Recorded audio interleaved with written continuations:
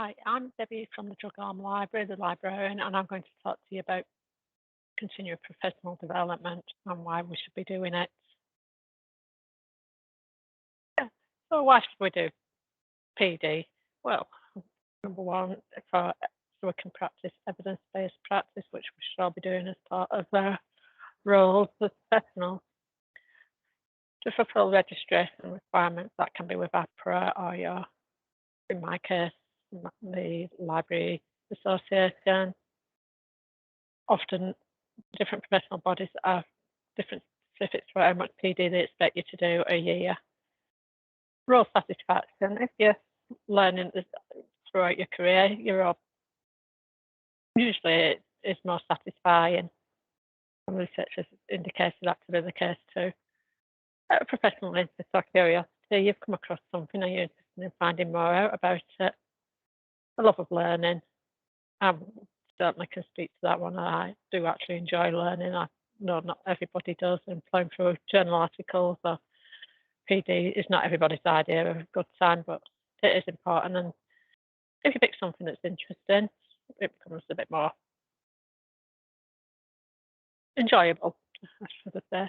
Career progression, if you want to progress and get promotions or even move sideways, a lot of employees ask for evidence that you've been doing professional development and like you to discuss it.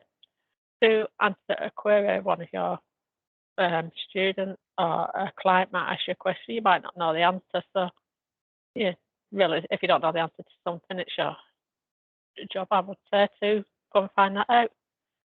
And that leads us on to educate other learners. You can't be teaching students if you don't, or people earlier in the career than you, if you're not up to date yourself. And identified knowledge gap. This could be when you're counselling somebody, you've come across something you're not quite sure about, or you have a new intervention that you think might be applicable. A supervisor says, pulls you up on something, or you're finding your learning development review that you actually need. There's something that you might need to learn more about. And that could be self-identified knowledge gap as well. Why should the organisation support our PD? Well, we want you to all practice evidence-based practice, and that's good for us because we've become a respected leader in the field if all our workers are practicing to the highest level of evidence and research.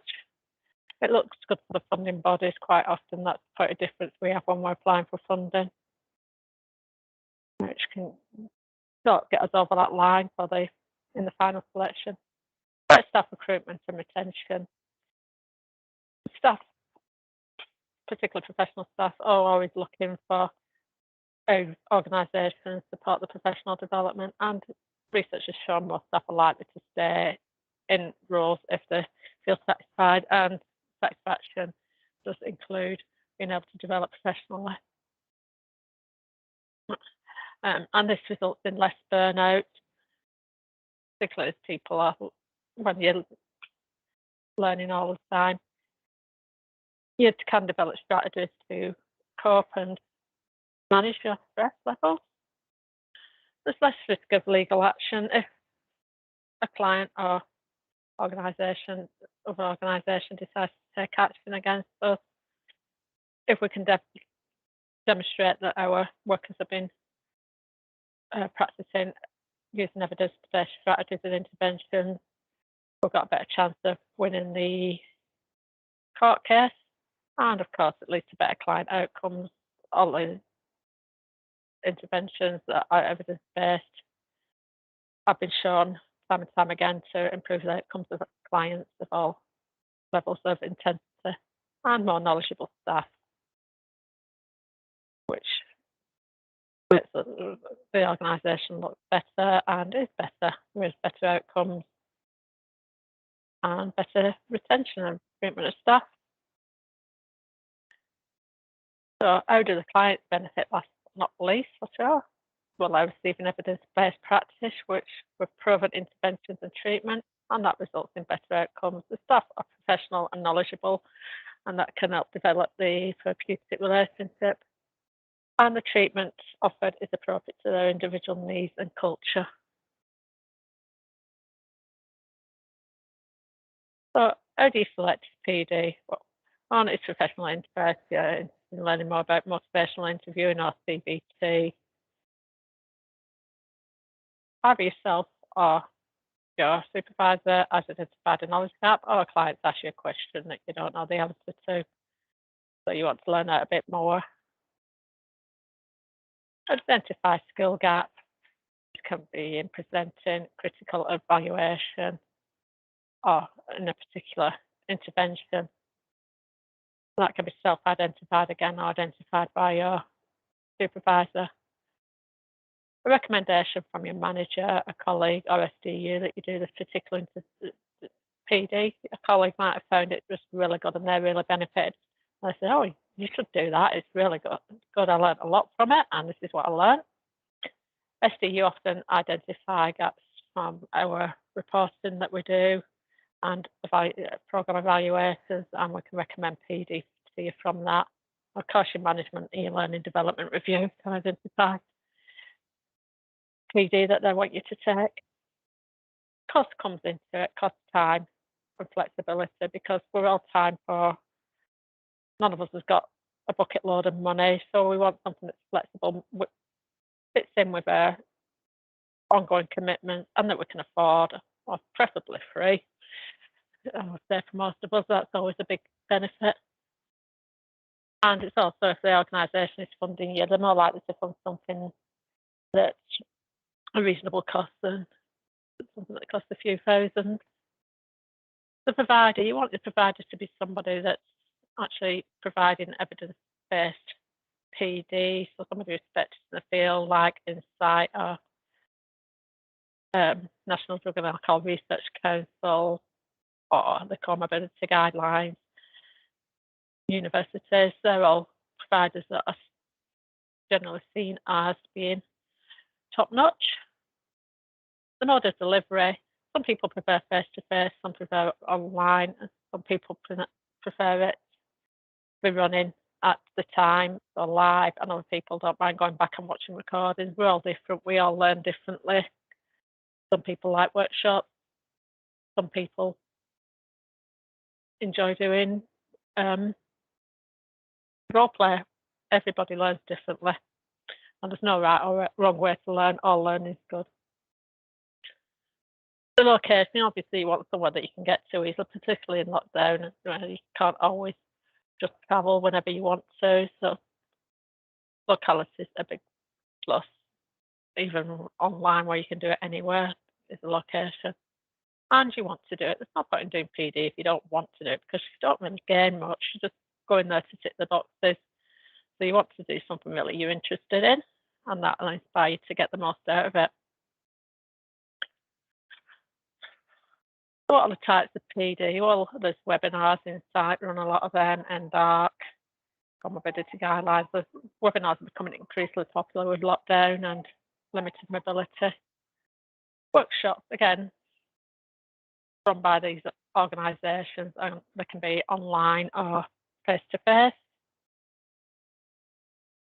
Online learning, I know Insight do some e-learning modules, sort of organisations do, which you can answer questions. We've got Go One, which is a form of online learning provided by the organisation. Things like reading a journal article, it might not seem like it's PD, but it is PD. Just make sure you critically evaluate it, reflect upon it. Presenting is always good because it makes you think about what you're doing. I would say, from having experience of both reading and presenting, I actually learn more from presenting because I'm forced to know the subject for questions afterwards.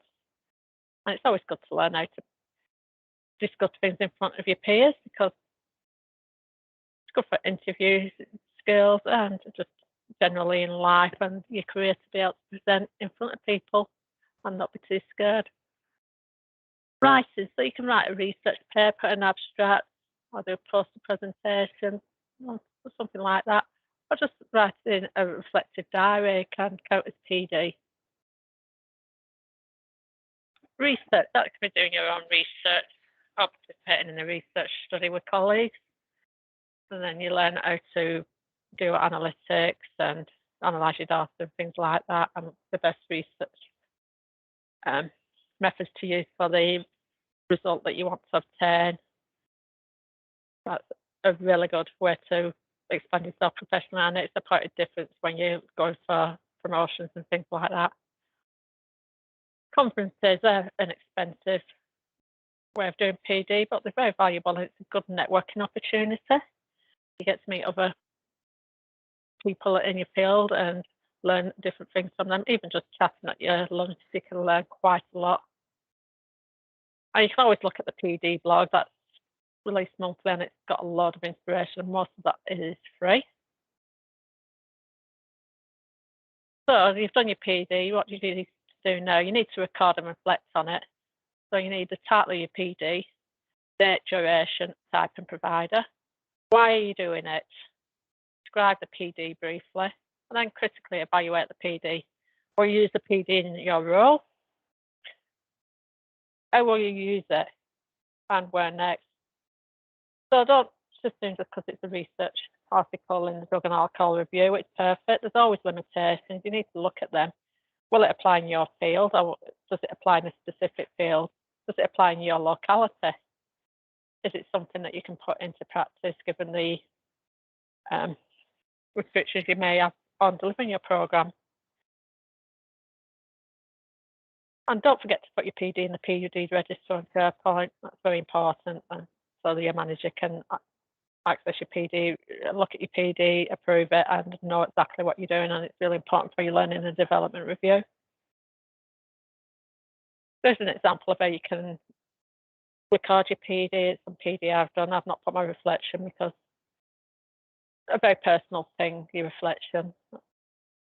Just really need to think about it. You should be reflecting on your practice anywhere. So it's a good habit to get into. If you need any tips on reflecting on something, just contact the library and we'll be able to assist you. And here's the PD register where you record it. You go into SharePoint, registers, and PD register, and just follow the instructions, select the boxes. So I just drug on support PD. Well, it actually does it really well. We've got the service development unit, we've got clinical supervision and clinical lead. We've got a library and a librarian, which is unique for an organisation like this. Fairly unique. We've got up-to-date e-journals, e-books, the PD blog, access to psychology tools. That's an evidence-based toolkit for interventions and worksheets. Journal club, where you learn how to critically evaluate journal articles. SharePoint announcements. There's PD webinars. They're all shared on SharePoint. SDUs, lunchbox sessions. They're varying subjects, but there's usually something to suit most people in them. Go On and Teams.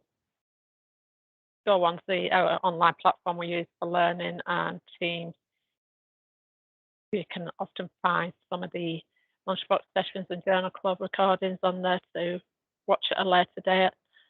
The library provides a document delivery service where we can get articles from journals we don't actually subscribe to. So if you find a journal article you don't subscribe to, just contact the librarian and I can see if I can source it for you. And there's culture support of PD, we've seen with our student placements and the SCU unit in general. That's really showing that there is that culture support for staff to develop themselves professionally. So I use this journal for reference, which is a framework for enabling evidence-based practice in allied health. And that's an Australian social work. If you want a copy of the article, just let me know and I'll get it to you. Thank you for listening. And if you've got any questions, just email me.